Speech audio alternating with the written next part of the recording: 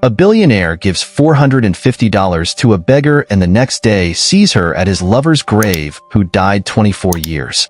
Nathan West sat in the corner of an opulent rooftop restaurant in Seattle, a city alive with lights and movement, its skyscrapers piercing through a gray, stormy sky. Outside, rain cascaded down the glass windows, each droplet tracing paths like the tears Nathan never allowed himself to shed. The world knew him as a tech mogul, a man whose revolutionary ideas had reshaped industries and amassed a fortune that could buy anything, except peace for his fractured soul. For 24 long years, Nathan had lived in the shadow of loss. Clara, his fiancée, had died tragically, leaving behind dreams unfulfilled and a hollow space in his heart that no success or wealth could fill. To outsiders, Nathan was the epitome of power and control. Inside, he was a man broken, haunted by memories of what could have been and regrets about all the words left unsaid. That evening, the weight of solitude pressed down on him harder than usual. Nathan paid his bill without tasting the food, shrugged on his tailored coat, and stepped into the cold, rain-soaked streets of downtown Seattle. The city, bustling with life, felt distant, a blur of lights and sounds that he no longer connected to. As he made his way home, something unusual caught his eye. Under the flickering awning of a shuttered shop, a young woman sat hunched over, clutching a baby to her chest. Her hair hung in damp strands, her thin jacket offering little protection from the relentless downpour.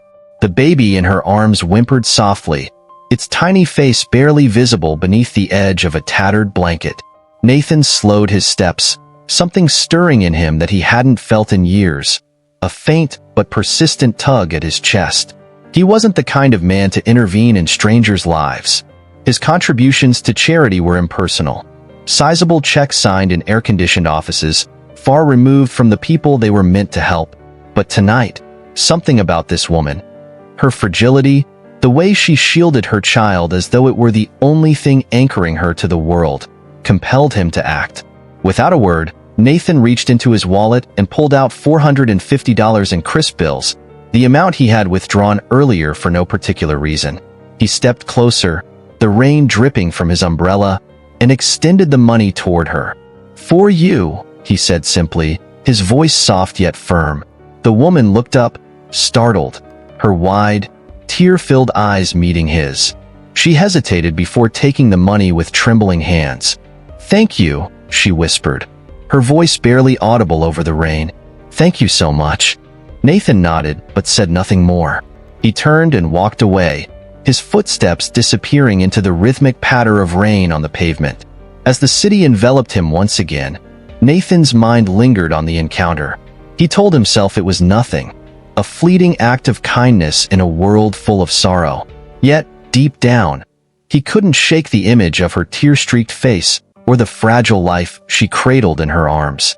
Little did Nathan know, this seemingly insignificant moment would set in motion a chain of events that would unravel decades of secrets and force him to confront the ghosts of his past in ways he never imagined. The morning dawned gray and cold, the kind of day that seemed to blend seamlessly with Nathan West's perpetual melancholy. For years, he had followed the same ritual, a quiet, somber visit to Clara's grave. It was the one place where he allowed himself to feel, to let the weight of her absence consume him. The cemetery sat on the outskirts of Seattle, its gates framed by towering oaks that swayed gently in the morning breeze. The air was damp, heavy with the lingering traces of last night's storm. Nathan walked the familiar path, his footsteps crunching against the gravel, his heart already bracing for the ache that always greeted him at Clara's headstone. As he approached the familiar corner of the cemetery, something stopped him in his tracks. There, kneeling at Clara's grave, was the same woman from the night before. Her thin frame was hunched over, her shoulders shaking, and her baby lay cradled in her arms, wrapped in the same tattered blanket. Nathan's heart thudded in his chest. The coincidence was too strange, too unsettling. What was she doing here? How could she possibly know about Clara? The wind rustled the leaves above, the silence of the cemetery broken only by the faint sound of the woman's muffled sobs. Nathan's throat tightened, unease and confusion swirling within him. "Who are you?" he demanded, his voice rough and unfamiliar, cutting through the stillness like a blade. The woman startled at the sound, her head snapping up, tear tracks streaked her face, and her eyes were red, swollen with grief. She looked at him as if she had seen a ghost. For a moment, neither of them spoke. The baby whimpered softly, breaking the tension. Finally, she found her voice, trembling but resolute. "Clara," she began, her words faltering under the weight of emotion. "Clara was my mother." Nathan's world tilted. The words hit him like a physical blow, stealing the air from his lungs. "No," he said, shaking his head. It was instinctive, a reflex against the absurdity of her claim. "That's not possible." The woman, Mia, held his gaze, her expression a mixture of sorrow and determination. "I know this is hard to believe," she said, her voice barely above a whisper. "But it's the truth. Clara was my mother." Nathan's mind raced, his pulse thundering in his ears.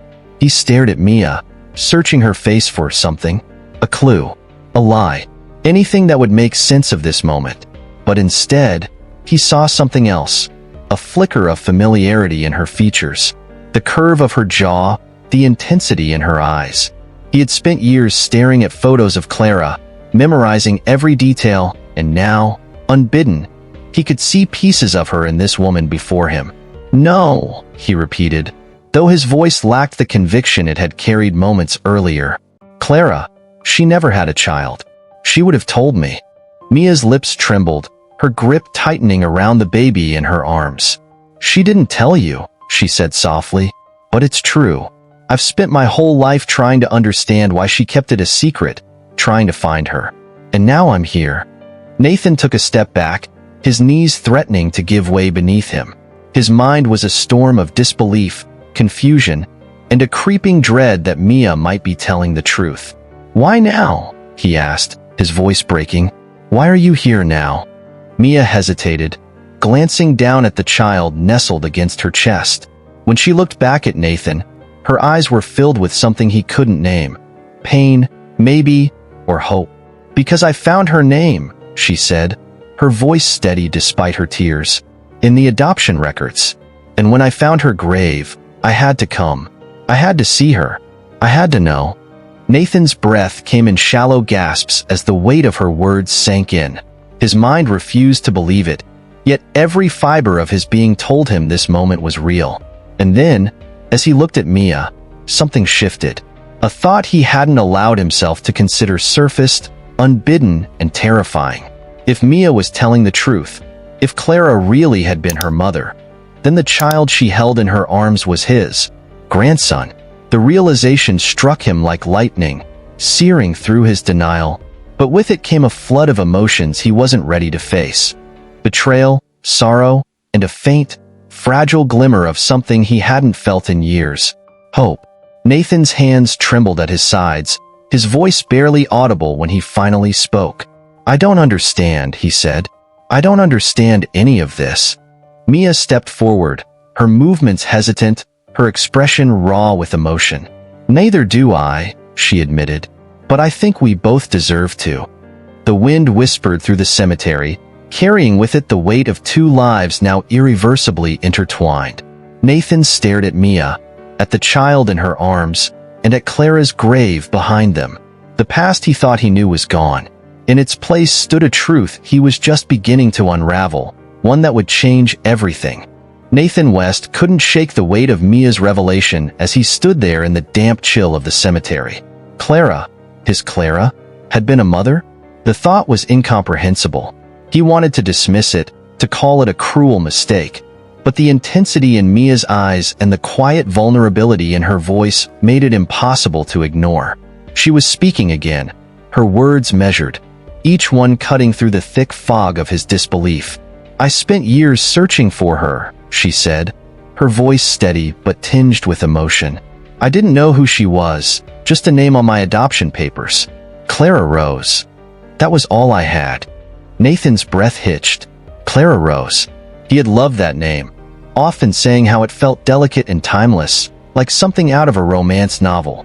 "I tried to let it go," Mia continued, her voice soft yet resolute, "to accept the life I had.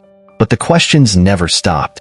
I wanted to know why she gave me up, what kind of woman she was, and if she ever thought about me. Nathan's chest tightened. Clara's memory had always been a beacon of love and loss in his life, something pure and untouchable. But now, the edges of that memory blurred, threatened by questions he never thought he'd have to ask. "What did you find?" he asked, his voice low, as though speaking too loudly might shatter the fragile reality forming around him. Mia adjusted the baby in her arms, her movements deliberate, as if the act gave her strength. Not much. Adoption records aren't always clear, and hers were incomplete. I followed dead ends for years. Until, finally, I found this place. I found her name here, on this headstone. Nathan's gaze flickered to Clara's grave, the marble etched with her name and the dates that marked a life too short. He'd stood before that headstone countless times, speaking to it as if Clara could hear him, sharing the parts of his life he thought she'd never know. Now, he wondered if she'd been the one keeping secrets all along. "Why didn't she tell me?" he asked, more to himself than to Mia. His voice was heavy, burdened with the weight of disbelief and betrayal. "We were everything to each other. Or at least, I thought we were." Mia hesitated, her expression softening. Maybe she wanted to. Maybe she didn't know how. Nathan shook his head, his hands balling into fists. The Clara he knew had been fearless, bold, the kind of woman who stood her ground, even in the face of uncertainty. It didn't make sense. "She wasn't afraid to tell me anything," he said, his tone laced with frustration. "Not about work, not about us, not even about the things that scared her the most. Why would she keep this from me?" Mia's gaze didn't waver. "I don't know," she admitted quietly, "but that's why I'm here. To find the answers neither of us have." Her words hung in the air, heavy with truth. Nathan wanted to argue, to reject the possibility outright, but deep down, he felt a crack in his certainty. Something about Mia felt familiar. He studied her face, searching for traces of Clara, and there they were, subtle but undeniable. The sharp angle of her cheekbones, the way her eyes glistened when she spoke of things that mattered. "Do you even know why she gave you up?" he asked after a long silence, his voice strained. Mia shook her head. "I've asked myself that question every day of my life, but I think the answers died with her." She paused, her voice softening as she looked down at the baby in her arms. "I didn't come here to hurt you, Mr. West. I needed to know where I came from, and when I found her name, it led me to you." Nathan felt the breath leave his lungs in a slow, measured exhale. For years, he had carried Clara's memory like a precious relic, something untouched by time or circumstance. Now, it felt fragile, like a piece of porcelain with cracks spidering across its surface. And yet, even in the midst of his confusion, he couldn't ignore the undeniable truth. Clara had left something behind. He glanced at the baby in Mia's arms, the small, fragile life that represented a connection he never thought he'd have. His voice was barely a whisper when he asked, "What's his name?" Mia looked down, her lips curving into the faintest of smiles. "Oliver," she said.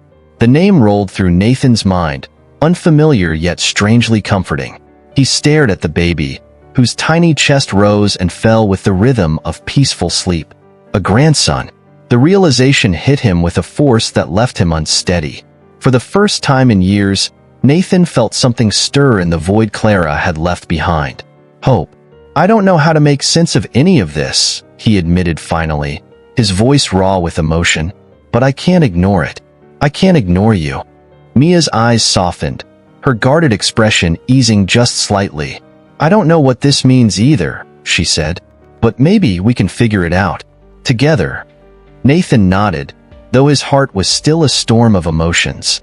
He didn't know where this path would lead, but one thing was certain. His life, once so carefully controlled, had been irreversibly changed. And maybe, just maybe, that wasn't such a bad thing. That night, Nathan West sat alone in the dimly lit study of his penthouse, the city lights outside casting fragmented shadows on the walls. The day's events replayed in his mind with relentless precision. Mia's revelation, her unwavering gaze, and the undeniable connection he saw in her face. He poured himself a drink, the amber liquid swirling in the glass, but it offered no solace. The questions were too loud, too insistent. Could Clara really have kept such a monumental secret? And if so, why? Driven by an ache for answers, Nathan found himself standing before an old trunk tucked away in the corner of the room. He hadn't opened it in years, its contents too painful to confront. It held what little remained of Clara, a collection of photos, letters, and keepsakes he had preserved like relics of a life lost. With trembling hands, he lifted the lid. The faint scent of aged paper and lavender filled the air, a haunting reminder of her presence. Nathan sifted through the contents, his fingers brushing against familiar items. A scarf she used to wear, a faded photograph of them at the beach, her laughter immortalized in the image. And then he saw it, a worn leather-bound journal. Clara's journal. Nathan hesitated, his breath catching. He had found it years ago, shortly after her death, but he had never had the courage to read it. The pain of her absence had been too fresh, the thought of diving into her private thoughts too overwhelming. Now, though, he felt compelled. If there were answers to be found, they were here. He opened the journal, the pages brittle beneath his fingers. The entries began innocuously enough. Notes about their day-to-day life, thoughts on books she was reading, little musings that painted a picture of their life together. For a moment, he found himself smiling at her words, the warmth of her personality shining through the ink. But as he flipped further, the tone shifted. The entries became more introspective, more fraught with emotion. And then, toward the back, he found it. The date at the top of the page stopped him cold. It was written just 3 months before her death. Nathan's heart pounded as his eyes scanned the words, each one sinking into him like a blade. I'm pregnant. I don't know what to do. Nathan has always said he doesn't want children. What if I tell him and he leaves? What if this child takes away the life we dreamed of together? I don't want to lose him, but I can't ignore this. I'm terrified. The journal slipped from Nathan's hands, landing on the floor with a dull thud. He couldn't breathe. His mind reeled, his thoughts racing back to their countless conversations, their shared dreams. He had said those words, hadn't he? Years ago, in the early days of their relationship, he had told Clara that he didn't want children. Not then, maybe not ever. At the time, it had felt like an offhand remark, a passing thought that hadn't meant much. But to Clara, it had meant everything. Nathan buried his face in his hands, a guttural sound escaping him. She had been pregnant. She had been scared. And she had hidden it from him, not out of malice, but because she loved him. Because she thought telling him would ruin everything they had built. "Oh, Clara," he whispered, his voice breaking. "Why didn't you tell me? Why didn't you let me be there for you?" The regret was overwhelming. He would have stayed. He would have been there for her, for their child. He would have done anything to protect them. But Clara had made the decision alone, and now the consequences of that choice had come crashing down on him. Nathan reached down and picked up the journal, his fingers trembling as he clutched it to his chest. The woman he had loved, the one he had built his life around, had carried this fear with her in silence. She hadn't trusted him to stand by her, and that realization shattered him more than anything else. But beneath the pain, another emotion began to stir, a determination. Clara's secret had come to light, and though it was too late to change the past, it wasn't too late to honor it. He thought of Mia, of the daughter he had never known, the piece of Clara she had left behind. And he thought of Oliver, the tiny boy who represented a future Nathan had never dared to imagine. For the first time in years, Nathan felt a flicker of purpose. Clara's decisions had been shaped by fear, by misunderstanding, but he didn't have to let that legacy continue. He would find a way to make this right. For Clara, for Mia, and for the family he never knew he had. The next morning, sunlight filtered through the clouds, softening the edges of the gray Seattle skyline. For the first time in what felt like years, Nathan West felt an unusual sense of clarity. The journal lay closed on his desk, its revelations still fresh in his mind. But instead of drowning in regret, Nathan found himself compelled to act. Mia. The name lingered in his thoughts as he dialed the number she had given him before leaving the cemetery. His fingers hovered over the screen for a moment before pressing the call button. It rang twice before her voice answered, cautious but steady. "Hello?" "It's Nathan," he said, his voice softer than he expected. "I was wondering if you'd meet me today. Somewhere neutral, somewhere quiet. I'd like to talk." There was a pause on the other end, long enough for Nathan to question if she would agree. But then she said, "Okay, there's a park near where I'm staying. I'll text you the address." The park was modest, tucked away from the city's chaos, a place where the sound of children's laughter mingled with the rustling of leaves. Nathan arrived early, his nerves tightening with every passing minute. He wasn't used to this vulnerability, uncertainty. Then he saw her. Mia approached, pushing a stroller with Oliver nestled inside. She looked different in the daylight, less guarded, though still cautious. Nathan felt his breath catch as she drew closer, the weight of what he was about to face settling heavily in his chest. "Thank you for coming," he said as she stopped in front of him. Mia nodded, her grip on the stroller's handle tightening. "I wasn't sure if you'd call." Nathan gestured toward a nearby bench. "Shall we sit?" She hesitated but eventually agreed, settling into the bench while Nathan positioned himself carefully beside her. For a moment, neither of them spoke, the silence filled by the sounds of children playing and the distant bark of a dog. Nathan's gaze drifted to Oliver, who blinked up at him with wide, curious eyes. The child's innocence tugged at something deep within him, a feeling he hadn't allowed himself to experience in decades. "He has your eyes," Nathan said softly, surprising even himself. Mia looked at him, startled. "People say he looks like me, but I've always wondered what parts of him came from her." Nathan swallowed hard. "Clara would have adored him," he said, his voice thick with emotion. "She would have been a wonderful grandmother." Mia's expression softened, though her guard didn't fully drop. "What was she like?" she asked hesitantly. The question hit Nathan like a wave, and for a moment, he struggled to find the right words. How could he possibly describe Clara in a way that did her justice? "She was extraordinary," he began, his voice tinged with both love and sorrow. "She had this way of lighting up a room without even trying. Fierce, passionate, stubborn as hell when she believed in something." He chuckled softly, a hint of warmth breaking through his grief. "She used to argue with me about everything, small things, big things, but she always did it with love." Mia listened intently, her eyes glistening with unshed tears. "She loved music," Nathan continued, his gaze distant as he spoke. "Classical, mostly. Chopin was her favorite. And she had this laugh." His voice cracked, and he paused, collecting himself. "It was infectious. You couldn't hear it without smiling." Mia looked down at Oliver, brushing a hand over his small head.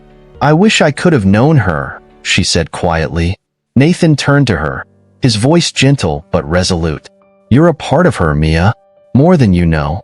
For the first time, Mia's expression softened completely, the wall she had built between them beginning to crumble. "Thank you," she said, her voice barely above a whisper, "for telling me that." Nathan nodded, feeling a flicker of connection between them. A fragile thread, but one he was determined to strengthen. As the conversation shifted to lighter topics, Nathan found himself relaxing in a way he hadn't in years. He asked about Mia's life, her struggles, and her dreams for Oliver. She spoke cautiously at first, but as the minutes passed, her words came easier. By the time they parted, Nathan had made a quiet promise to himself. He would not lose this chance. Clara's decision to keep Mia a secret had shaped the past, but it didn't have to define the future. Nathan would find a way to be there for Mia and Oliver, to be the father and grandfather they deserved, even if he was decades late. As he walked away from the park, Nathan felt something stir within him. It wasn't just hope, it was purpose. For the first time in decades, he had something to fight for. Nathan West had begun to feel a fragile sense of balance returning to his life. His days were no longer filled with an endless cycle of grief and solitude, but with cautious hope. Each moment spent with Mia and Oliver felt like a small step towards something meaningful, a chance to build a connection he never thought he'd have. But life, Nathan knew all too well, had a way of testing you just when you thought you were healing. It was Mia who brought him the letter. She arrived at his penthouse unannounced, her expression a mixture of confusion and hesitation. "I found this," she said, holding out a folded, time-worn envelope. Her voice wavered as she added, "It was in a box of Clara's things. I thought you should see it." Nathan took the envelope from her, his hands trembling slightly. The paper was delicate, the handwriting on the front unmistakably Clara's, to be kept private. "What is it?" he asked, his throat dry. "Just read it," Mia said softly, sitting down with Oliver on her lap. Nathan carefully opened the envelope and unfolded the letter inside. The words jumped out at him immediately, each one striking like a hammer. "Dear Clara, I don't know if I'll ever have the courage to send this, but I need to write it anyway. What we shared, brief as it was, meant more to me than you probably realize. I've never stopped thinking about you, about the life we might have had if things had been different. But I know you've chosen Nathan, and I respect that. He's a good man. He'll give you the life you deserve. Still, I can't help but wonder what might have been. I wish you happiness, Clara. You deserve it. With love, Daniel." Nathan read the letter twice, his heart pounding in his chest. He clenched the paper tightly, a storm of emotions threatening to overwhelm him. "Daniel Hayes," he said aloud, the name heavy on his tongue. Mia nodded, her face unreadable. "Who is he?" Nathan's mind flashed back to years long past, to a time before he and Clara were together. Daniel had been a friend, someone Nathan had trusted. They lost touch over the years, their lives pulling them in different directions. But never had Nathan suspected anything more between Daniel and Clara. "He was an old friend," Nathan said, his voice tight. "But I didn't know about this." Mia didn't press him further, but the unspoken questions hung heavily in the air. Nathan couldn't let it go. That night, he found Daniel's contact information and made the call.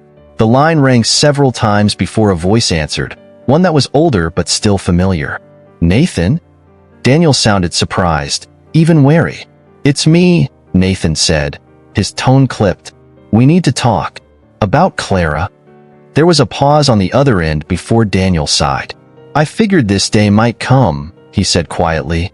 "Where should we meet?" They met in a small cafe, far from the bustling center of the city. Nathan arrived early, his mind racing with questions he wasn't sure he wanted answers to. When Daniel walked in, he looked older, wearier, but still carried himself with the same quiet confidence Nathan remembered. Daniel sat down across from him, his expression guarded. "I assume you've seen the letter," he said without preamble. Nathan nodded, his jaw tight. "Why didn't you tell me?" Daniel let out a heavy sigh, leaning back in his chair. "Because it wasn't my place," he said. "Clara and it was a long time ago, before you and her were serious. It ended before it even really began." "Then why write the letter?" Nathan demanded, his voice rising. "Why confess something that didn't matter?" Daniel met his gaze steadily. "Because it did matter. To me. I wanted her to know that. But she chose you, Nathan, and I respected that." The words stung, but there was no malice in Daniel's tone, only regret. Nathan shook his head, the pain in his chest deepening. "I thought I knew her. I thought we shared everything." "You did," Daniel said firmly. "She loved you, Nathan, more than anything. Whatever we had, it was over the moment she realized what she had with you. Don't let this letter make you doubt that." As Nathan left the cafe, his emotions churned like a storm. He felt betrayed, not by Daniel, but by the memory of Clara. She had been his anchor, his guiding star, and now that image was fractured. But as he walked through the city, his thoughts turned to Mia and Oliver. They were the living proof of Clara's choices, her love, and her fears. And in that realization, Nathan found a measure of peace. Clara had chosen him, even if her past held secrets he'd never known. Now, it was up to him to honor that choice by moving forward, by embracing the family she had left behind. And for the first time, Nathan felt ready to let go of the shadows of the past and step fully into the light of what could still be. One crisp morning, Nathan arrived at Mia's modest apartment. The space was small but warm, filled with signs of life and love. A baby blanket draped over the back of the couch, toys scattered on the floor, and the faint scent of freshly brewed coffee.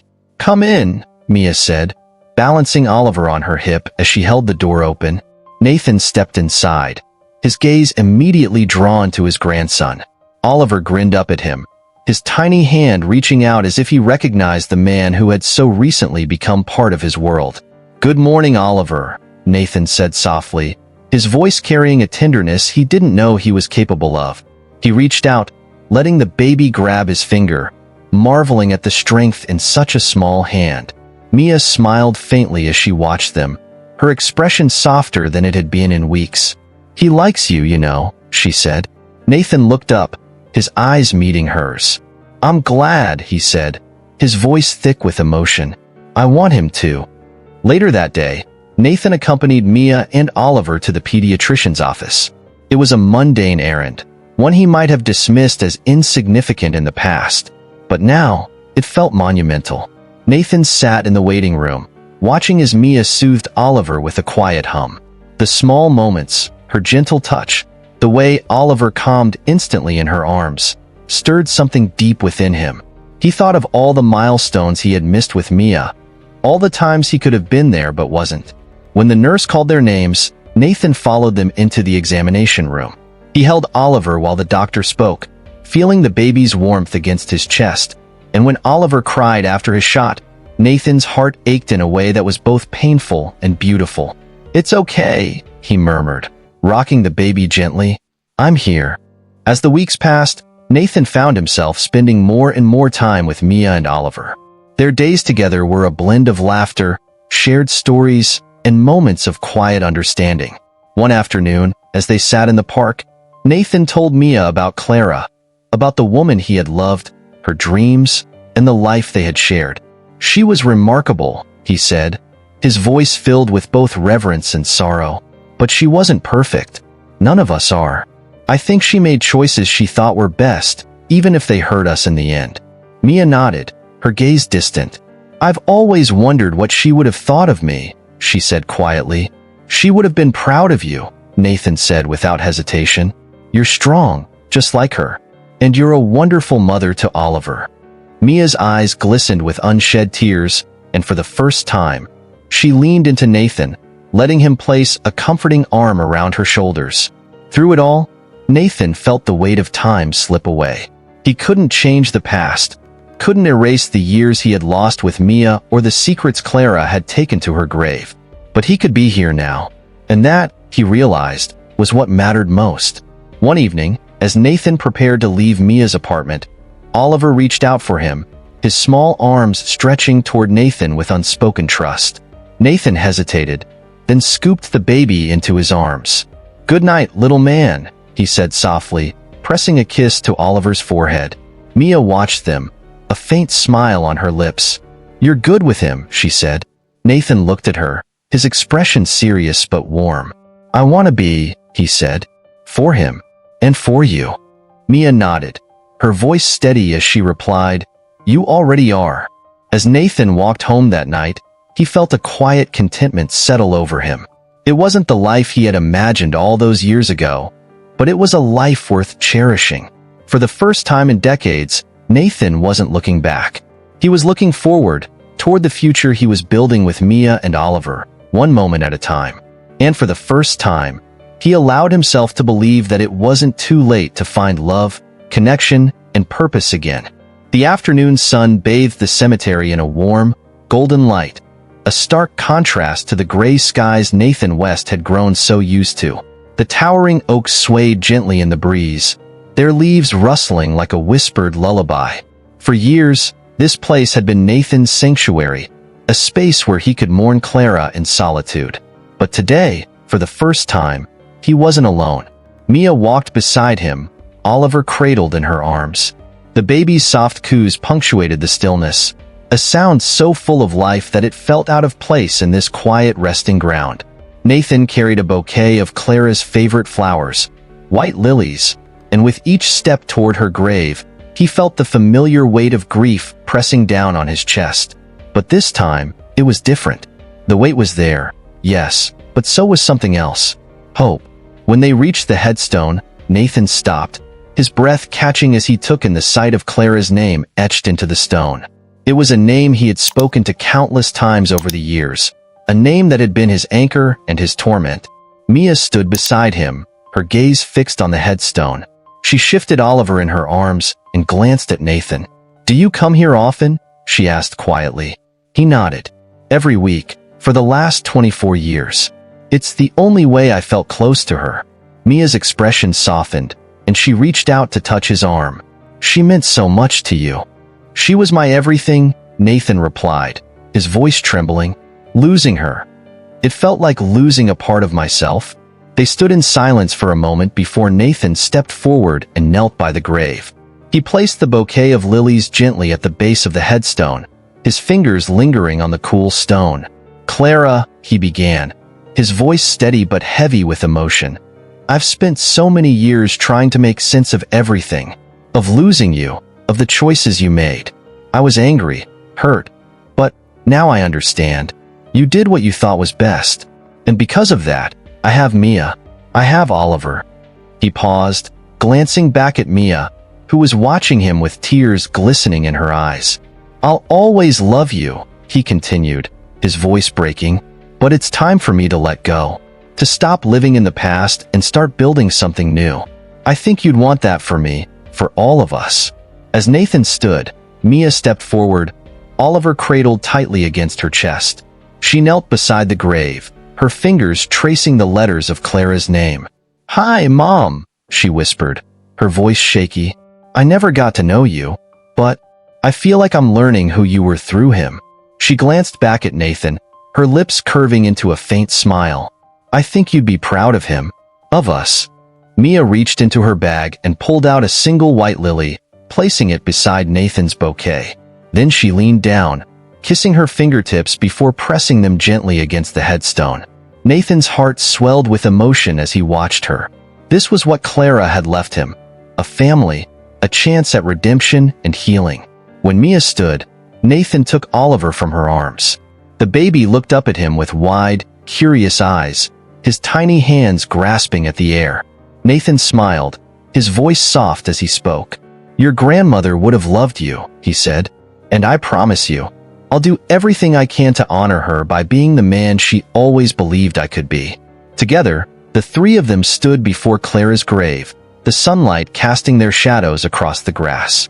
Nathan felt a peace he hadn't known in years, a sense of closure that allowed him to move forward, not away from Clara's memory, but with it, as part of the life he was building anew. As they turned to leave, Nathan glanced back one last time. "Goodbye, Clara," he murmured. "And thank you." The walk back through the cemetery was quiet, but not somber. Mia and Nathan shared small smiles, and Oliver babbled happily in his arms. For the first time in decades, Nathan felt the warmth of the present instead of the chill of the past. And as they stepped into the sunlight, Nathan knew this wasn't just the end of a chapter. It was the beginning of a new story, one filled with hope, love, and the promise of a brighter future. Nathan West's journey is one that lingers in the heart long after the last page. It's not a story of perfection or easy resolutions, but one of messy, beautiful humanity. It's about love and loss, regret and redemption, and the quiet bravery it takes to embrace a second chance. Life, as Nathan learned, rarely unfolds the way we plan. It's filled with heartbreak, misunderstandings, and paths we never expected to take. Clara's choices, painful as they were born from love and fear. Nathan's grief, compounded by the secrets she kept, could have consumed him, but instead, it became the foundation for something new. A relationship with Mia and Oliver, the family he never knew he had but came to cherish deeply. Forgiveness didn't erase the past.